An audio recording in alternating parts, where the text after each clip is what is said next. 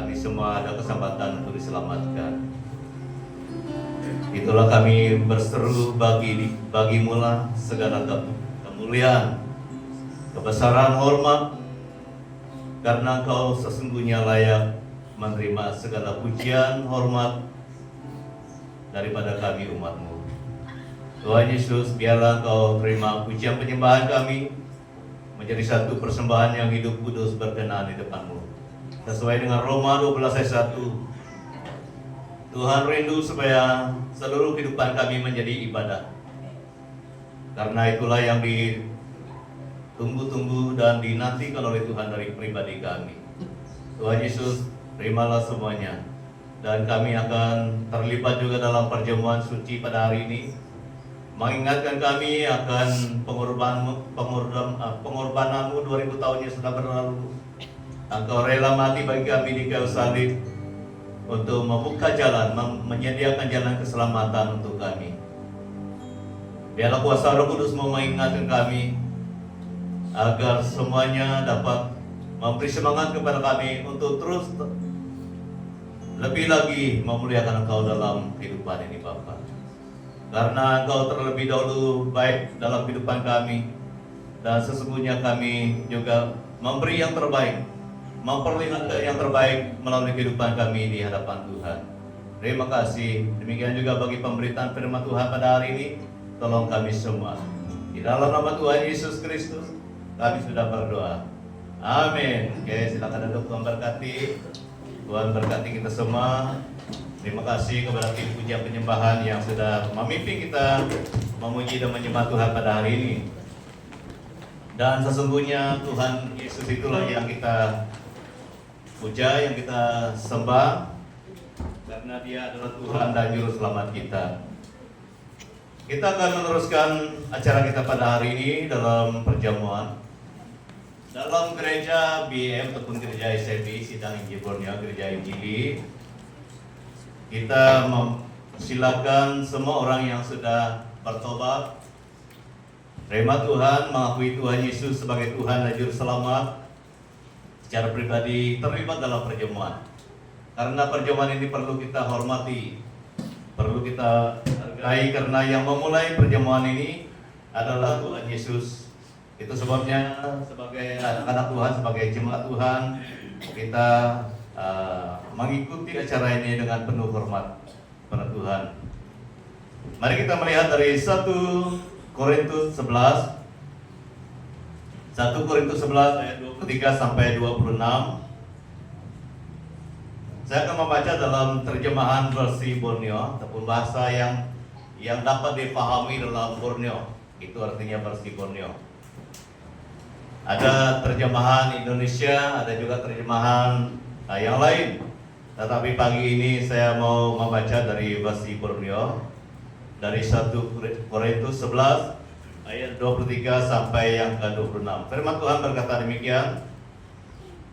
Aku telah menerima daripada Tuhan apa yang telah kusampaikan kepadamu, bahwa pada malam Dia dikhianati, Tuhan Yesus telah mengambil roti, dan selepas mengucap syukur, Dia telah memecah-mecahkan roti itu, lalu berkata, ambil dan makanlah, inilah tubuhku yang diserahkan untukmu, lakukanlah ini sebagai peringatan kepadaku. Demikian juga sesudah makan, Dia mengambil cawan itu sambil berkata, cawan ini perjanjian baru dengan darahku. Setiap kali kamu meminumnya, lakukan ini sebagai peringatan kepadaku. Karena setiap kali kamu makan roti dan minum dari cawan, dengan cara demikian kamu memberitakan kematian Tuhan hingga kedatangannya. Sekali lagi ayat 26.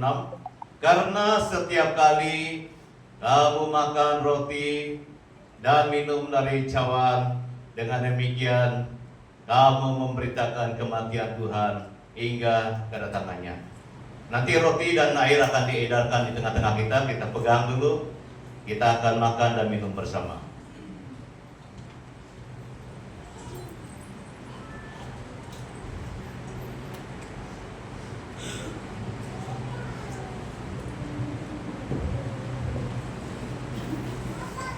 Ini merupakan satu acara yang sangat penting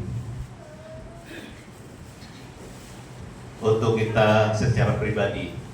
Kenapa saya katakan ini acara yang penting? Karena ini adalah antara kita dengan Tuhan Yesus. Kita mengingatkan diri kita sendiri dan kita menguatkan di hati kita sendiri, di mana kita imbas kembali atau ingat kembali 2000 tahun yang sudah berlalu, seorang pribadi yang tidak bersalah, yang datang dari surga, yang telah rela dikhianati, rela menderita sampai dia rela mati di kayu salib demi membuka jalan, menyediakan jalan untuk kita. Kalau kita melihat Yohanes 14 di belakang kita itu, kata Yesus kepadanya, "Akulah jalan dan kebenaran dan hidup." Jadi ada persamaan dengan apa yang pernah Yesus lakukan. Kalau Yesus tidak mati, tidak ada jalan, saudara. Tidak ada jalan. Kalau Yesus tidak mati, tidak ada kehidupan, tidak ada kebenaran, tidak ada yang dapat membenarkan kita. Roma 3 ayat 23 katakan semua manusia, semua orang telah berbuat dosa. Dia sambung pada ayat 24, Roma 3 ayat 24, tetapi oleh karena kasih karunia melalui Yesus kita dapat diselamatkan. Jadi Bapak Ibu saudara-saudari yang kasih, itu sebabnya waktu kita mengambil roti dan air, kita ingat tubuh Yesus, kita ingat darah Yesus. Karena roti itu adalah lambang kepada tubuh Tuhan Yesus.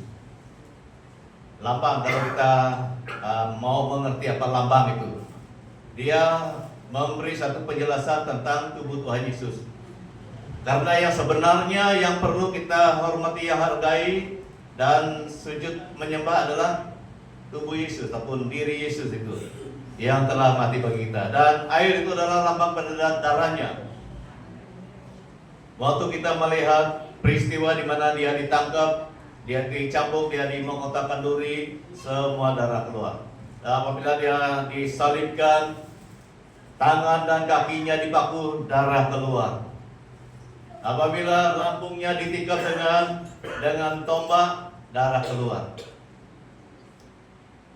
Kalau kami mengkaji ini dulu di sekolah Injil, terlalu banyak darah keluar. Jadi saya boleh bayangkan mungkin ada beberapa pint. Saya pernah menerima darah 40 pint setakat ini, 40 pint. Itu bukan mau membangga-bangga, tapi itu adalah untuk menolong orang lain. Saya kata kepada Tuhan, selagi saya sehat Tuhan, saya mau tolong orang lain. Saya tidak cukup uang, saya tidak ada harta, tetapi apa yang ada pada saya dermakan kepada orang yang memerlukan. Jadi darah merupakan satu perkara yang diperlukan oleh ramai orang.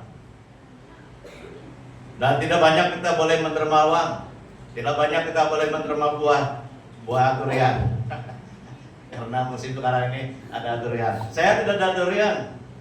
Dan mungkin kamu ada durian, kamu boleh menerima durian. Saya tidak ada buah rambutan, ada rambutan. Ada rambutan saya tapi di kampung.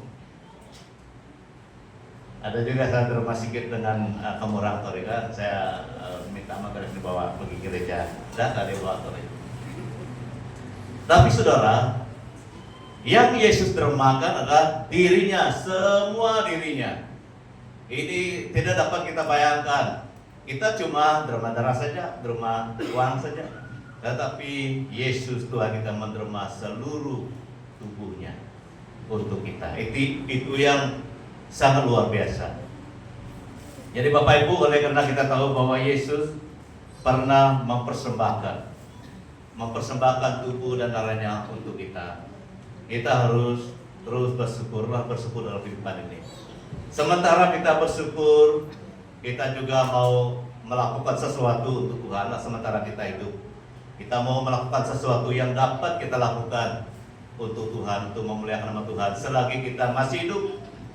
Karena Tuhan terlebih baik dan terlebih dahulu telah menyatakan kasih-Nya. Kita mau menyatakan kasih kita kepada Tuhan melalui hidup kita, melalui pelayanan kita, melalui apapun yang dapat kita lakukan.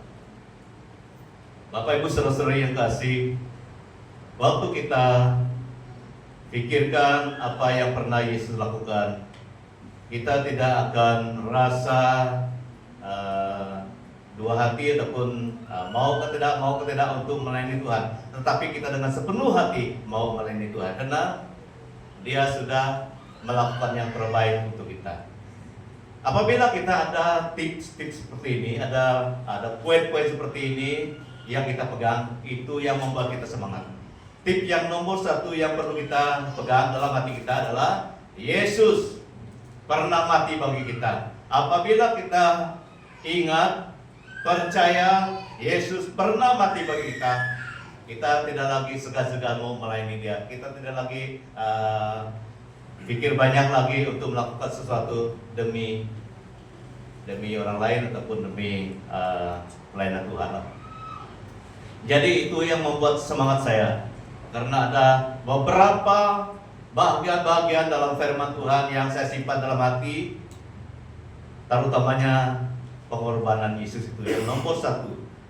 Apabila saya letakkan pengorbanan Yesus nomor satu dalam hati saya, itu yang membuatkan saya bersemangat walaupun selalu berhadapan dengan berbagai dugaan, cabaran, dan kesusahan itu.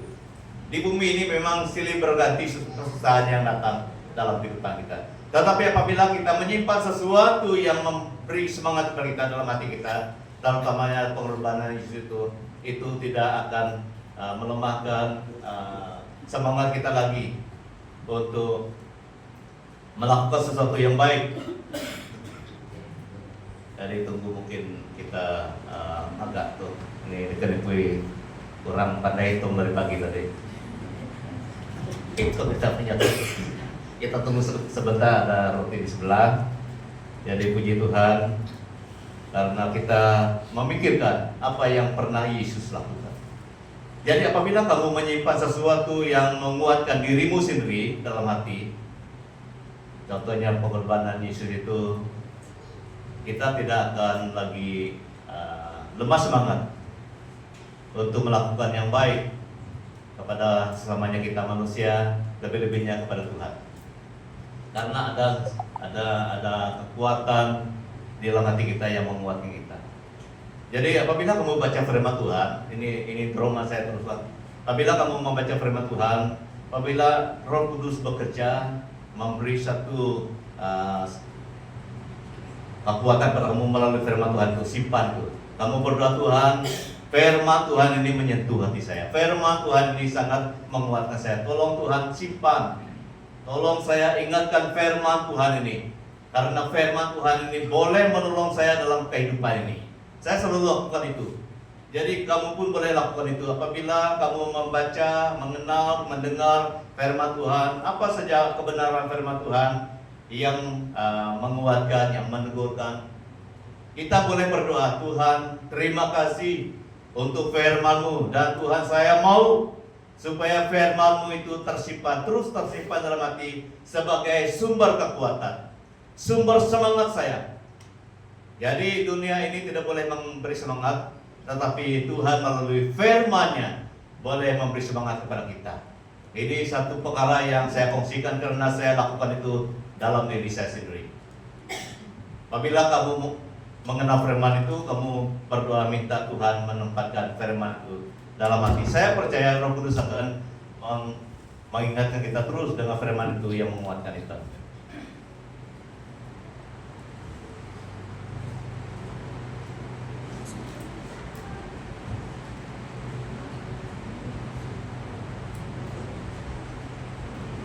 Oke, semua sudah mendapat. Kalau masih ada yang belum, tolong angkat tangan. Ada lagi tinggal nih.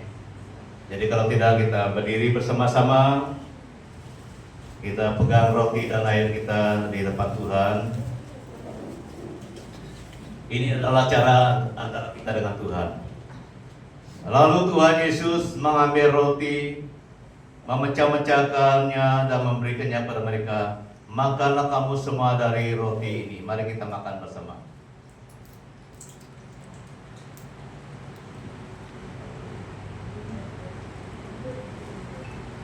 Lalu ia mengambil cawan, dan memberikannya kepada mereka. Minumlah kamu dari cawan ini, karena ini adalah perjanjian. Mari kita minum bersama. Kita berdoa sekali lagi. Tuhan Yesus, terima kasih Bapa. Kami tidak dapat mengungkapkan kata-kata menyatakan terima kasih kami. Yang lebih baik lagi karena kami sangat bersyukur Tuhan telah mati bagi kami 2000 tahun yang sudah berlalu. Engkau terlebih dahulu menyatakan kasih-Mu. Engkau terlebih dahulu menyatakan kebaikan-Mu dalam kehidupan kami. Pakai kami semua Tuhan untuk menjadi alat-Mu, untuk menyatakan kasih Tuhan juga kepada firman Tuhan juga melalui kehidupan kami, agar hidup kami ini menjadi saluran berkat kepada semua orang. Terima kasih Bapa. Haleluya. Melalui dan atas nama Tuhan kami Yesus Kristus, kami sudah berdoa. Amin. Silakan duduk, Tuhan berkati. Ini merupakan peristiwa yang perlu kita ingat selama-lamanya. Selama-lamanya kita perlu ingat bahwa Tuhan Yesus pernah disalibkan, mati bagi kita disalib, dan pada hari yang ketiga dia bangkit. Dia tidak mati selama-lamanya, tapi pada hari yang ketiga dia bangkit sesuai dengan janji, sesuai dengan apa yang pernah dia katakan. Pada hari yang ketiga bukan bangkit, dia sudah bangkit. Dan sesudah dia menampakkan diri kepada ramai orang selama 40 hari. 40 hari dia menampakkan diri, dia hidup. Sesudah itu baru dia naik ke surga. Tuhan kita sudah berada di surga, sudah lama berada di surga, kembali ke surga. Tetapi dia mengutus Roh Kudusnya. Roh Kudus itulah yang menyertai kita hari ini. Roh Kudus itulah yang menguatkan kita hari ini. Roh Kudus itulah yang menolong kita hari ini sampai selama-lamanya. Itu sebabnya Immanuel itu digenapi. Tuhan menyertai umatnya. Karena Tuhan tidak pernah lupa melakukan apa yang dia pernah katakan. Itu sebabnya kita bersyukur karena Immanuel itu, Tuhan menyertai kita itu masih ada.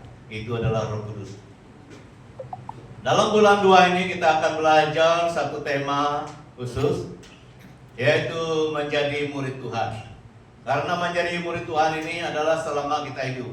Selama kita hidup, karena belajar daripada Tuhan ini tidak pernah berhenti.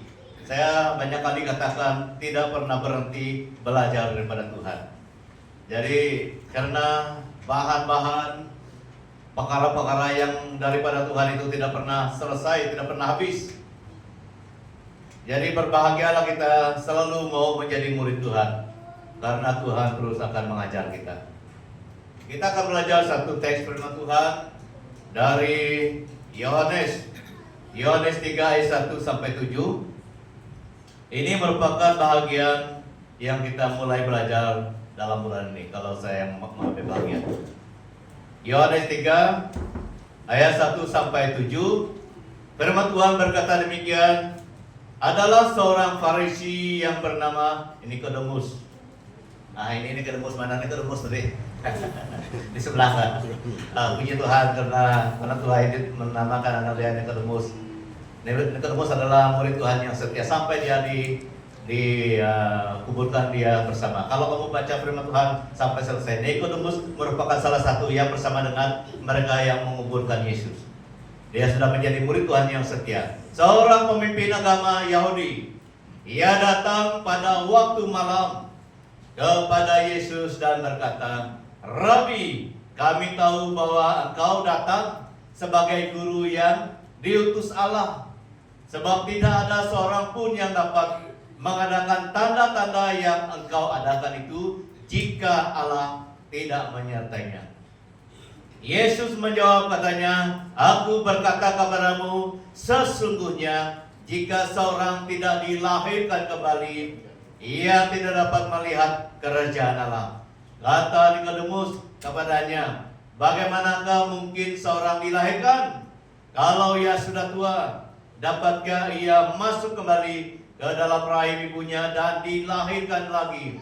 Jawab Yesus, "Aku berkata kepadamu, sesungguhnya jika seorang tidak dilahir dari air dan roh, ia tidak dapat masuk ke dalam kerajaan Allah. Apa yang dilahirkan dari daging adalah daging, dan apa yang dilahirkan dari roh adalah roh. Janganlah engkau heran, karena aku berkata kepadamu, kamu harus dilahirkan kembali." Kita harus mengerti bahwa Nikodemus ini adalah pemimpin agama orang Yahudi, orang Farisi, majelis agama Yahudi. Dia adalah orang yang penting dalam kepimpinan pemimpin orang Yahudi pada masa itu. Dia kenal Taurat Musa, dia kenal Taurat para nabi. Dia adalah orang yang pintar dalam Taurat Tuhan. Dan dalam waktu itu orang Yahudi, pemimpin Yahudi tidak menerima Yesus.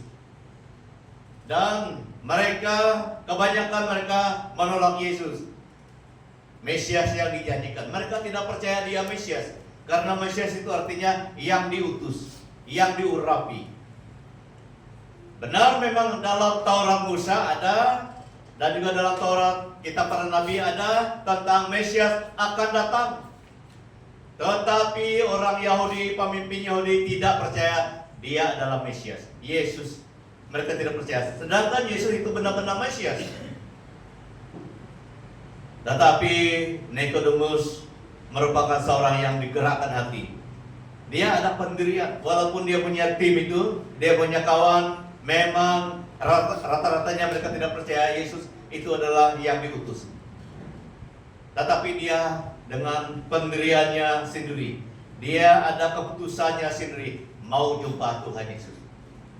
Menurut kebudayaan orang waktu itu, kalau siapa pemimpin Yahudi ataupun orang-orang Yahudi yang berani mau ikut Yesus, yang berani mau menjadi murid Yesus, dia dikucilkan, dia dimasukkan ke anggotanya dalam agama orang Yahudi pada waktu itu. Tetapi Nikodemus tidak peduli. Dia mau saja berjumpa dengan Tuhan Yesus, tapi waktu malam. Itu sebabnya kata pakar Alkitab, dia berjumpa Yesus pada waktu malam karena dia tidak mau ramai orang lihat dia. Dia pergi dengan keputusannya yang sendiri. Bapak Ibu saudara-saudari, kita harus mempunyai keputusan sendiri. Iman kita harus didirikan di atas firman Tuhan, dan hubungan kita dengan Tuhan itu adalah pribadi. Iman kita tidak boleh bergantung kepada suara orang lain. Iman kita tidak boleh bergantung kepada cadangan-cadangan orang lain. Seperti yang pernah dilakukan oleh Nikodemus, memang sangat keras tantangan ataupun larangan daripada pemimpin orang Yahudi melarang orang menjadi murid Yesus pada waktu itu. Tetapi Nikodemus tidak. Dia mempunyai pendirian sendiri. Pendirian itulah yang menyelamatkan dia. Pendiriannya yang tegas itulah yang memberi dia satu kekuatan yang baru daripada Tuhan. Dan daripada itulah perjalanannya sesuai dengan apa yang Tuhan rancangkan. Jadi ini merupakan tema yang perlu ada dalam diri kita. Kerinduan menjadi murid Yesus, murid Kristus. Nikodemus begitu rindu. Dia melihat Yesus itu memang adalah pribadi yang lain daripada yang lain. Dia mau mengenal lebih dekat lagi siapa dia sebenarnya. Mungkinkah dia Mesias? Dia tidak mau dengar daripada orang lain. Dia mau pergi dengan dirinya sendiri berjumpa Yesus. Dan keputusannya itu, langkahnya itu memberi satu hal yang baik untuk dia. Demikian juga kita, saudara. Apabila kita mau bertumbuh dalam Tuhan, kita harus mempunyai pendirian. Saya mau bertumbuh dalam firman Tuhan, dalam Tuhan. Tidak perlu kita terganggu dengan suara-suara yang menentang kiri kanan kita. Kita perlu ada keputusan sendiri. Amin. Kita perlu ada keputusan dalam diri kita sendiri. Walaupun kita seperti ini saja, Tetapi apabila kita mempunyai semangat mau bertumbuh dalam Tuhan, saya percaya kita akan dibangun oleh Tuhan. Walaupun kamu di dalam gereja yang ribuan orang, tetapi kamu belum ada keputusan pribadi yang betul, tidak juga saudara, tidak juga. Walaupun kamu di sini, kamu mempunyai keputusan yang betul, Tuhan juga membangun kita semua. Amin. Ini tergantung kepada keputusan masing-masing saudara. Tidak perlu kita terpengaruh, kalaulah kami seperti mereka itu, kalaulah kami seperti mereka itu, jangan saudara. Karena sumber kekuatan kita dari atas. Amin. Sumber pembangunan, sumber kekuatan semangat kita daripada Tuhan Yesus. Itulah Nikodemus begitu rindu berjumpa dengan Tuhan Yesus. Kita perlu ada hal seperti ini. Yang pertama, datang kepada Kristus. Kita perlu ada keputusan selalu mau datang kepada Kristus. Adalah seorang Farisi yang bernama Nikodemus, seorang pemimpin agama Yahudi. Ia datang pada waktu malam kepada Yesus dan berkata, "Rabi." Dia berani katakan Rabi. Rabi itu adalah guru. Sebenarnya itulah larangan yang keras. Tidak boleh menyatakan Yesus itulah Rabi. Tetapi dia masih katakan Rabi. Itu adalah dari hatinya yang murni.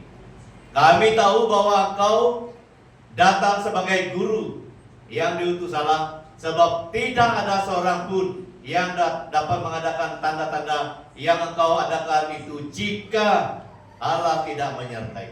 Dia tahu, Nikodemus tahu, karena Tuhan Allah yang menyertai Yesus, itu dia dapat melakukan sesuatu yang heran.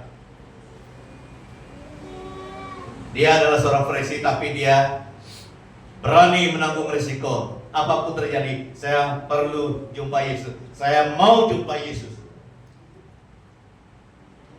Jadi saudara, dalam kehidupan kita ini, kadang-kadang ada masalah sedikit, tidak mau datang sembahyang. Jangan. Nikodemus mau melawan risiko yang besar. Apapun terjadi, apapun tantangannya, saya mau datang kepada Kristus. Jadi siapa yang beruntung, dia sendiri yang beruntung. Demikian juga kita saudara. Apabila kita tetap mempunyai keputusan mau datang kepada Kristus, walaupun apapun tantangan cobaan hidup kita, tetapi dalam hati kita mau, kita akan mengalami sesuatu yang daripada Tuhan.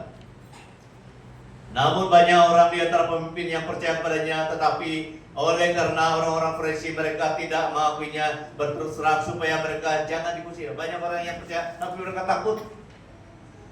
Nikodemus tidak takut, dia berani jumpa Yesus. Karena ketetapan pada waktu itu, siapa saja yang mengaku Yesus sebagai guru, takut Tuhan, disingkirkan ataupun dikucilkan. Nah, lebih keras lagi kita daripada kita BM ini. BM ini kalau 6 bulan tidak datang, masih kita beri peluang. Tapi mereka ini satu kali mengaku bahwa Yesus itu guru, terus di cancel. Nah, ini banyak tugas yang kita lihat. Mau cancel ini, mau cancel sana.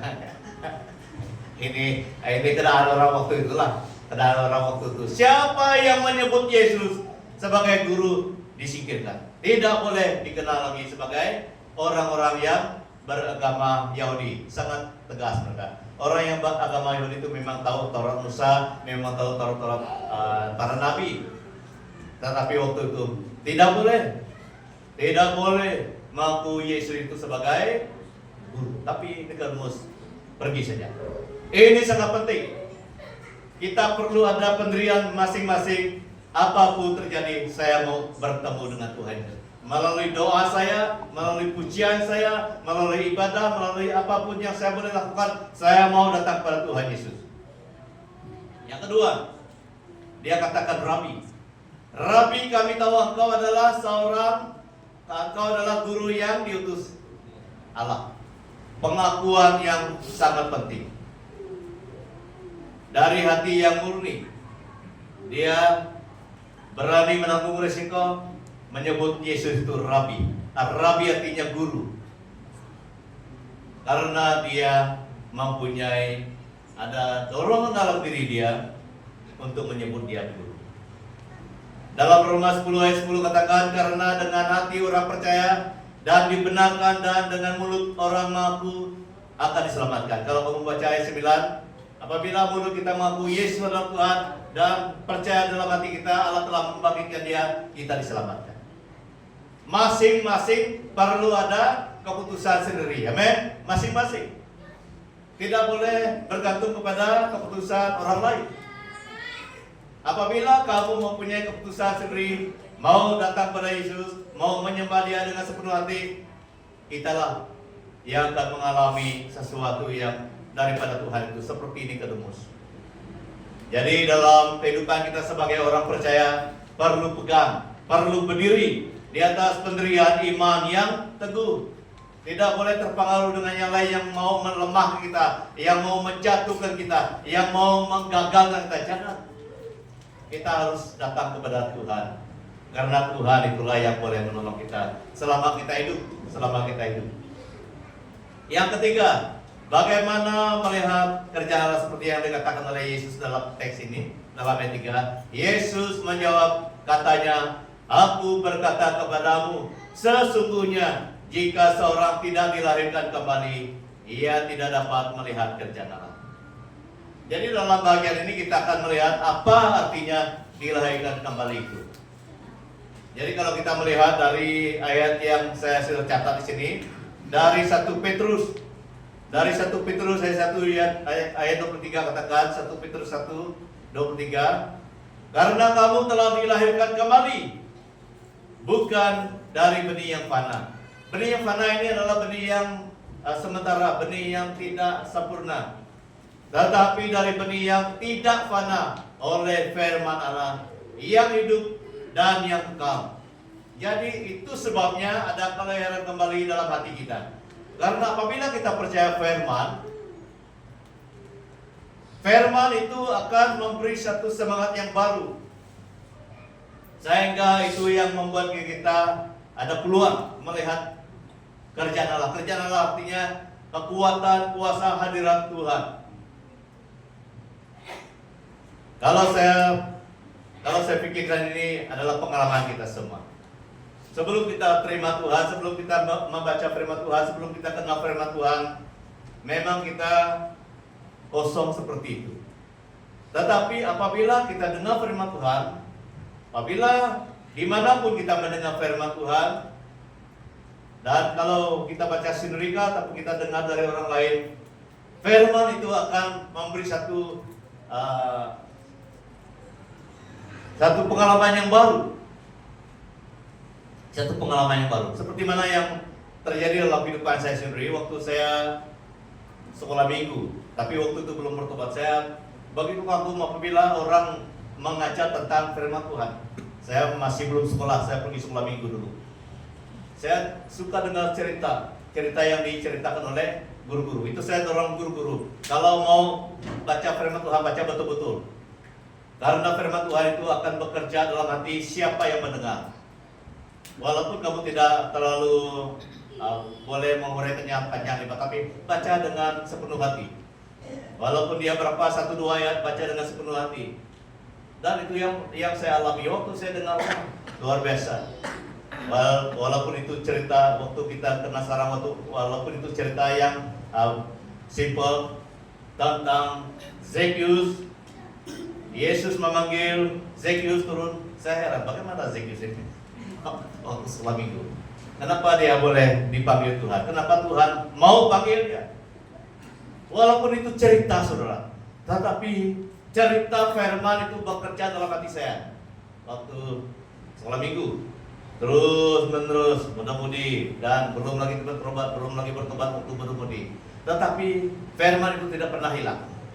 Firman yang saya pernah dengar tidak pernah hilang sampai hari ini. Ada satu orang guru sekolah minggu dulu yang mengajar saya sekolah minggu. Dia ambil satu kertas dan dia buat kasih Tuhan, dan dia lekat di leher dia. Kenapa guru sekolah minggu buat begini? Sampai hari ini saya ingat. Jadi kuasa firman yang dia beritakan itu, walaupun dia sederhana, tetapi sampai hari ini saya ingat. Jadi itu sebabnya firman Tuhan katakan, apabila firman Tuhan itu datang dalam hati kita, itulah yang membuat kita lahir kembali. Amin. Ada perubahan. Dan sampailah saya bertobat pada waktunya. Firman itu juga yang saya ingat. Firman berkata, kamu perlu Tuhan, kamu perlu Tuhan. Jadi saya ada keputusan sendiri. Tidak orang lain yang mendorong, tapi saya buat keputusan terima Tuhan. Jadi saudara, ini adalah rahasia bagaimana kita boleh diubah baru, dilahirkan kembali oleh Roh Kudus itu. Apabila kita benar-benar dengar, fokus kepada firman. Karena firman itulah yang digunakan oleh Tuhan untuk mengubah hati kita. Amin. Untuk mengubah hati kita. Dan kita lihat Saulus. Zaman Saulus itu dia adalah orang yang jahat. Dia begitu bengis, dia mencari orang Kristen, mau memenjarakan orang Kristen, mengkhianati orang Kristen. Tetapi apabila dia mendengar suara Tuhan, Saulus, Saulus, ada firman dia dengar. Siapakah engkau Tuhan? Dari sana hatinya berubah. Setiap kali kita dengar firman dengan hati yang fokus, setiap kali itulah Tuhan dapat bekerja dalam hati kita. Karena firman Tuhan itu ada kuasa. Firman Tuhan itu ada kuasa, saudara. Dan apabila dia katakan, siapakah engkau Tuhan? Akulah Yesus, kata Tuhan, yang kau aniaya. Jadi dari sana ada perubahan. Sebelum dia mendengar suara firman itu, dia belum berubah. Jadi saudara, firman Tuhan itu sangat penting. Kita perlu ambil masa belajar firman Tuhan, ambil masa mendengar firman Tuhan. Karena firman Tuhan itu masih dipakai oleh Tuhan untuk memberi berkat, untuk memberi dorongan, untuk memberi kekuatan kepada diri kita sendiri. Amin. Jangan kita anggap firman Tuhan itu adalah buku biasa. Jangan. Karena itulah yang membuat kita lahir kembali, mengalami apa yang daripada Tuhan. Jadi dari sanakah kita melihat kerjaan Allah. Melihat kerjaan Allah itu bukan melihat kerjaan surga, bukan. Melihat kerjaan Allah itu mengalami hadirat kuasa Tuhan waktu kita di bumi ini. Karena kita memerlukan hadirat kuasa Tuhan waktu kita di bumi ini. Amin. Apabila kita biasa melihat, mengalami hadirat kuasa Tuhan di bumi ini, tidak heran kita akan terus ke kerjaan surga yang benar.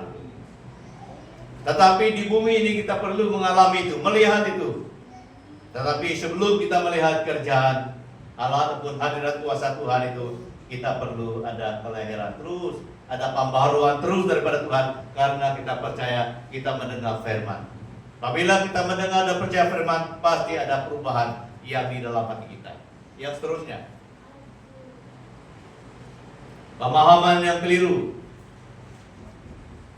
Walaupun ada kerinduan, tapi itu adalah pembentukan Nikodemus waktu itu. Dia memang terbuka, berkomunikasi dengan Tuhan Yesus. Tetapi dari keterbukaannya itulah dia dipulihkan. Ayat 4, kata Nikodemus kepadanya, bagaimanakah mungkin seorang dilahirkan kalau ia sudah tua? Dapatkah ia masuk kembali ke dalam rahim ibunya dan dilahirkan? Dia mau memahami apa yang Yesus katakan menurut hikmat dan akal budinya sendiri. Tidak boleh. Dia coba mengerti apa yang dikatakan oleh Yesus dengan pikirannya yang terbatas. Tidak boleh, saudara.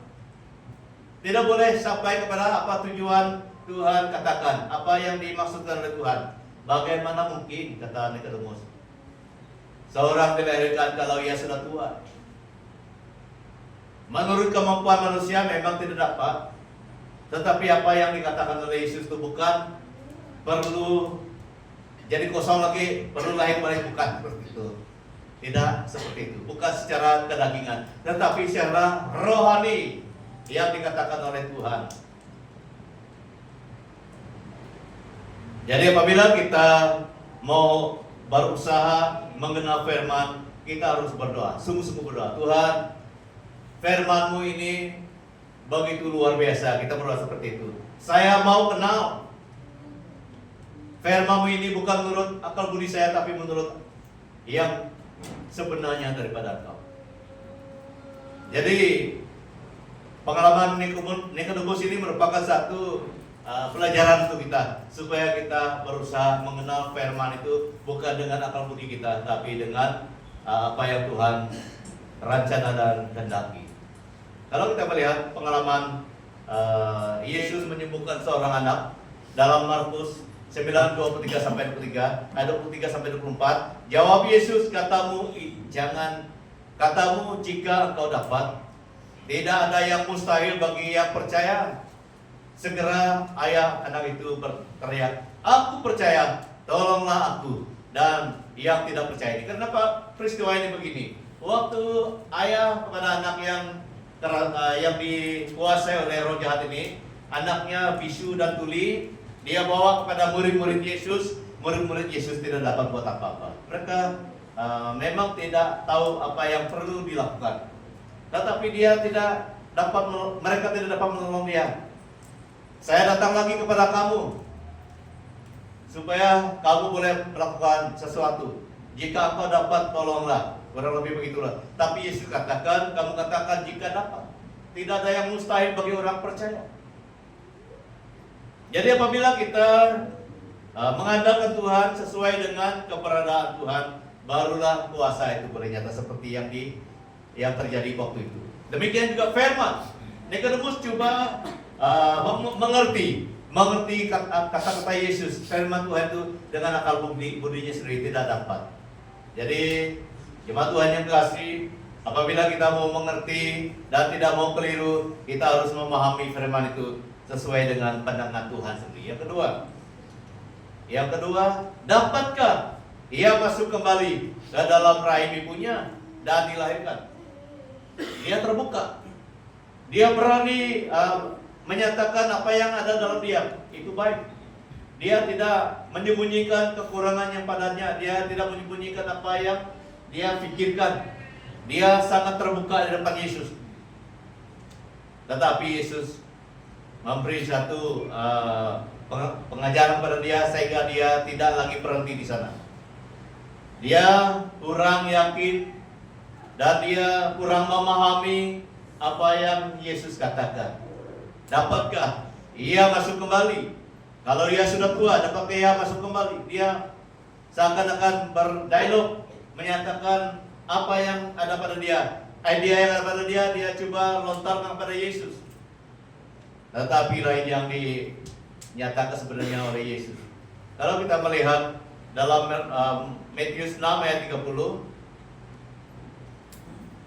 jadi jika demikian Allah mendandani rumput yang di ladang, yang hari ini ada dan besok dibuang ke dalam api, tidakkah ia akan lebih terlebih lagi mendandani kamu, hai orang yang kurang percaya. Waktu itu posisi Nikodemus kurang percaya, kurang yakin apa yang disampaikan oleh Yesus. Dia tidak memahami dan dia tidak sepenuhnya percaya pada apa yang dikatakan. Sehingga dia berkata, bolehkah orang yang sudah tua dilahirkan kembali? Jadi bertentangan dengan apa yang disampaikan oleh Yesus. Jadi Bapak Ibu saudara-saudari, kita tidak boleh bertahan di atas pengertian yang samar-samar. Karena pengertian Nikodemus samar-samar dengan apa yang disampaikan oleh Yesus. Tapi dia terbuka. Baiknya dia sangat terbuka. Jadi pelajaran untuk kita hari ini, kita harus terbuka juga, supaya Tuhan boleh mengajar kita, mendidik kita di tempat yang betul sesuai dengan apa yang disampaikan, sesuai apa yang dirancangkan.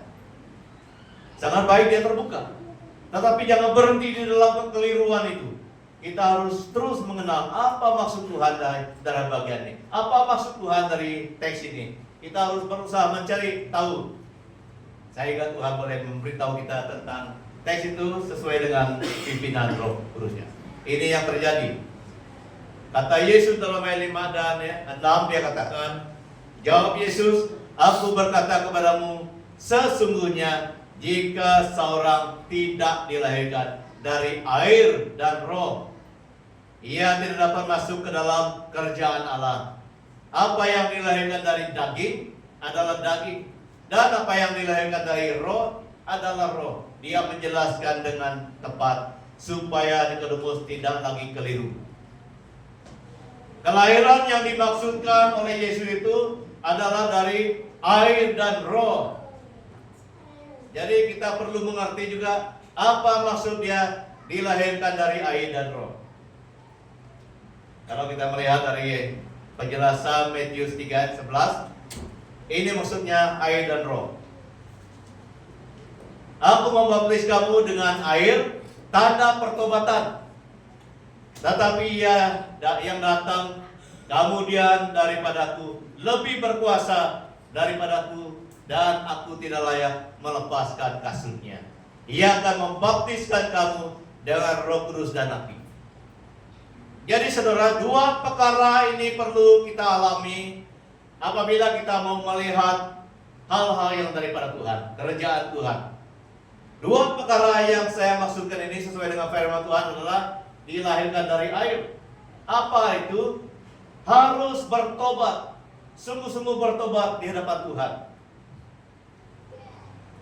Jadi bagi yang belum mengakui Yesus sebagai Tuhan dan Juru Selamat, dan bagi yang belum lagi terima Dia sebagai Tuhan, kita harus mengikuti pengalaman ini. Harus melalui air, dilahirkan dari air. Apa arti lahir dari air itu? Ada pertobatan yang benar.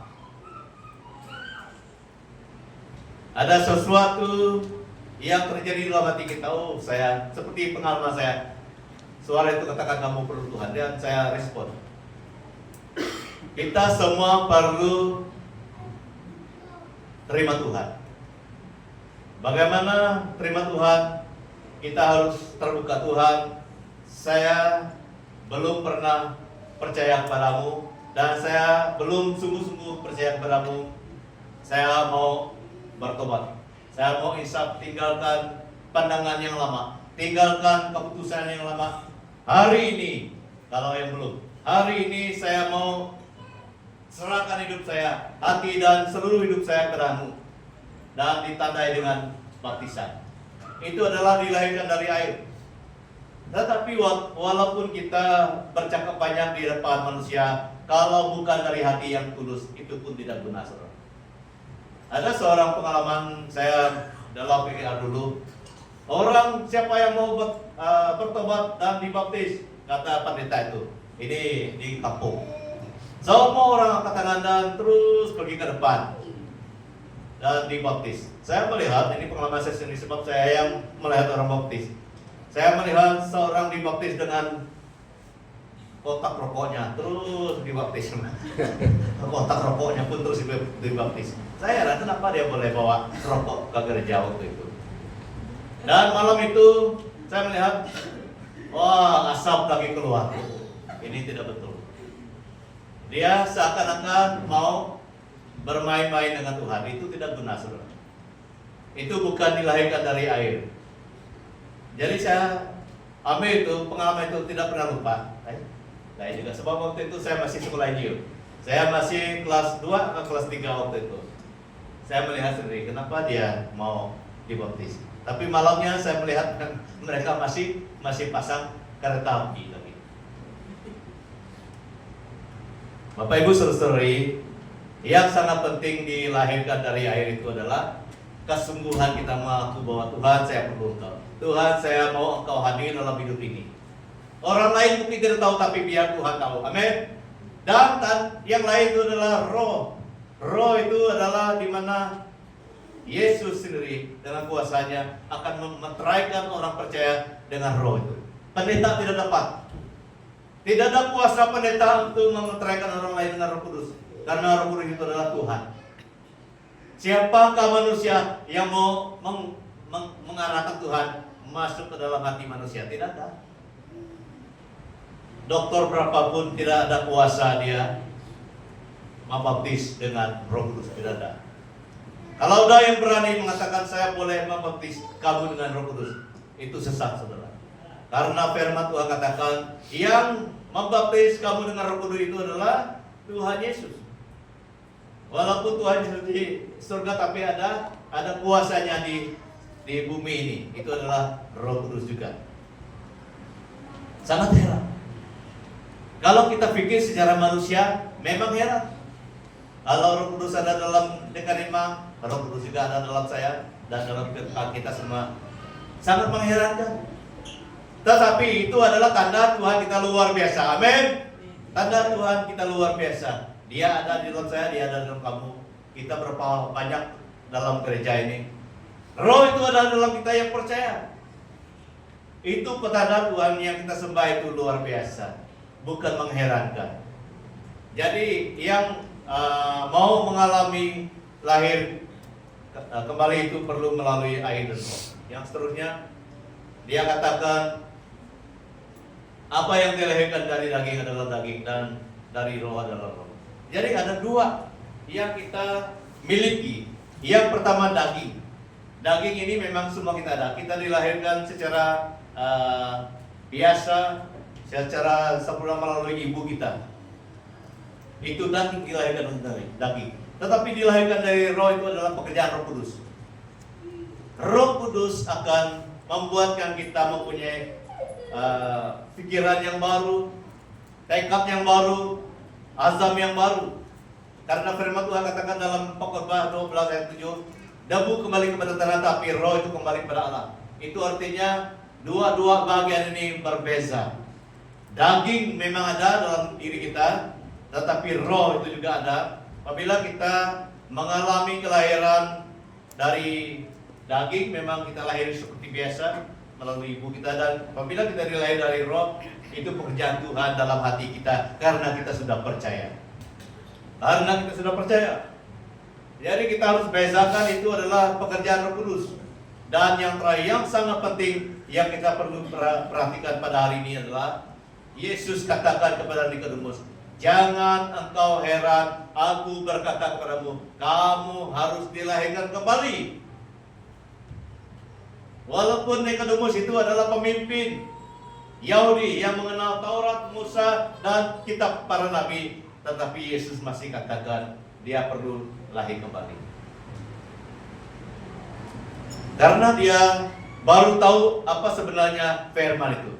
Dia baru tahu apa sebenarnya rencana dan kehendak Tuhan itu. Selama ini dia hanya mengenal Taurat itu seperti biasa, tidak tahu hal tujuannya. Tetapi di dalam Taurat, Musa, dan kitab para nabi sudah dinubuatkan Mesias sudah datang. Mesias akan datang. Mesias akan datang, itu nubuatan. Tetapi waktu Yesus datang, mereka tidak percaya.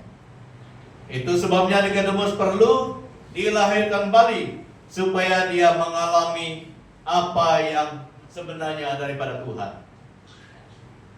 Kamu harus dilahirkan kembali, kata Yesus. Bapak Ibu saudara-saudari yang kasih, ramai kita yang mau mengalami hadirat dan kuasa Tuhan.